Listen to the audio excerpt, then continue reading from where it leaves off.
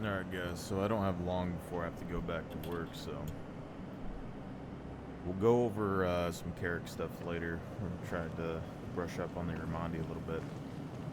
Spoiler if you don't want like anything with Yormandi, but we did some tests. Only got to do like a day or so of testing though. It seems like high-powered rifles and things are pretty good, and that we, I guess, potentially have to just hit the weak points to kill the worm. We tried to do a number of things to like kill it. A little iffy exactly how the explosives and stuff work. If each individual explosive barrel can do damage, or if it just stuns the worm. But we did a few different things because they'll have like a phase 2 of the worm, and they'll tend to get collected in one pool, usually this pool right here. And so we tried throwing all of the barrels into that pool as possible and then blowing them up. And then the parallax rifle or some of the energy rifles seem to be the best to blow up these barrels, so you don't have to rely on the worm. So that's pretty interesting. But we were never able to just absolutely one-shot the worms together. We did that originally because also the thought was that having them both in the same pool would give more damage to all of them. I mean, you can put more barrels in one pool, so it's probably still true. But during the tests, we had like 1 or 2 barrels over here, and we had a bunch of barrels over here. And I decided to shoot these barrels with the parallax rifle. They blew up, and it triggered the other rifle, the other barrels in the other the pool. So it seems like no matter what pool you shoot, it will trigger the barrels in every pool all at the same time. So you don't necessarily have to expose yourself to the worm to trigger the barrels. But I don't know if the barrels actually do damage or if they just stun the worms. But it is still pretty useful if you need to like keep one of the worms busy or controlled while you're dealing with the other worm. So there's a lot of bonuses, I feel like, to it, but we didn't end up using the barrels in the end to kill the worms. There's kind of like some other things that happen. So there's a couple of points. We tried to drag some items in here to like block the worm's attack. So the gravity room inside of the Onyx or the ASD facility, there's like metal pieces that block radiation and stuff in that room. And we dragged a piece all the way down in here and then like put it in front of us to block the worm. It kind of works.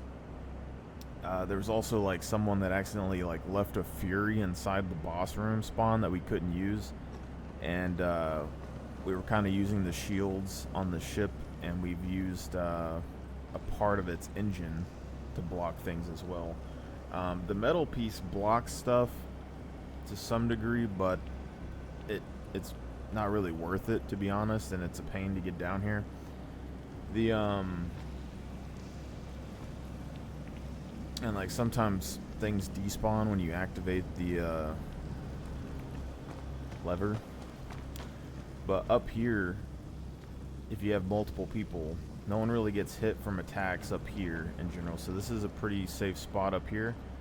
But if you're in these safe spots, the worm will de-aggro at some point and go underwater, and then you just die, right? So you kind of have to move around from safe spot to safe spot. But from what I've seen, because there's a lot of people using the rocks for cover, especially early, I don't think you need to early, and you can use them later. So up here is one safe spot if someone wants to be up here. But down here, next to the machine, is generally safe from the worm when it's in that pool. And it's sort of safe from a worm when it's in that pool, but it's not so safe against a worm in this pool.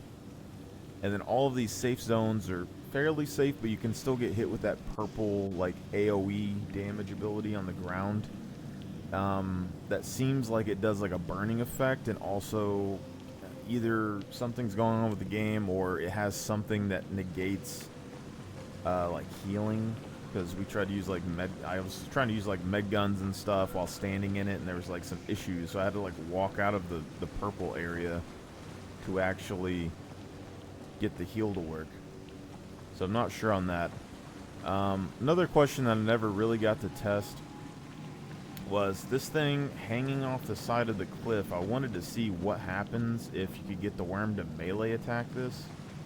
Like if you could bait it to go through this rock and hit this and see if it did anything, because it seems like that would be something, but probably isn't anything. I'm like, let's be honest, it's probably nothing, unless it does like extra damage or something.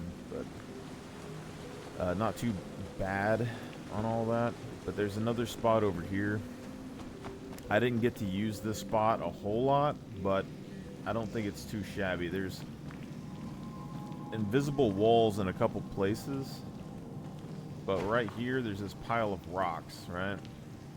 And I didn't really use this spot too much, but it seemed like this spot is fairly protected against this pool over there. Not really against that pool, and not exactly, but sort of against the far away pool. So this spot I'm a little 50-50 on, but it does work to some degree against that one. And then the other spot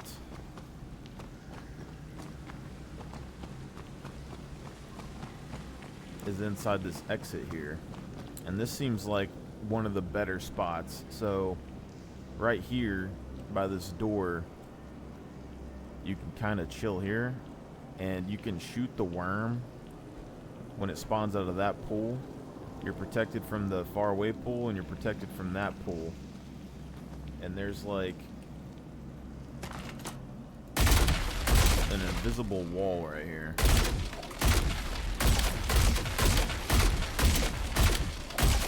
Right. So it doesn't seem to really notice you when you're setting here, and you can shoot out the side and hit it and come back. And then it can hit you with the purple AoE on the ground, but it's not a huge deal. But just like the other area, if you set here and you never leave, the worm is going to de-aggro and go underwater, and you're going to end up dying.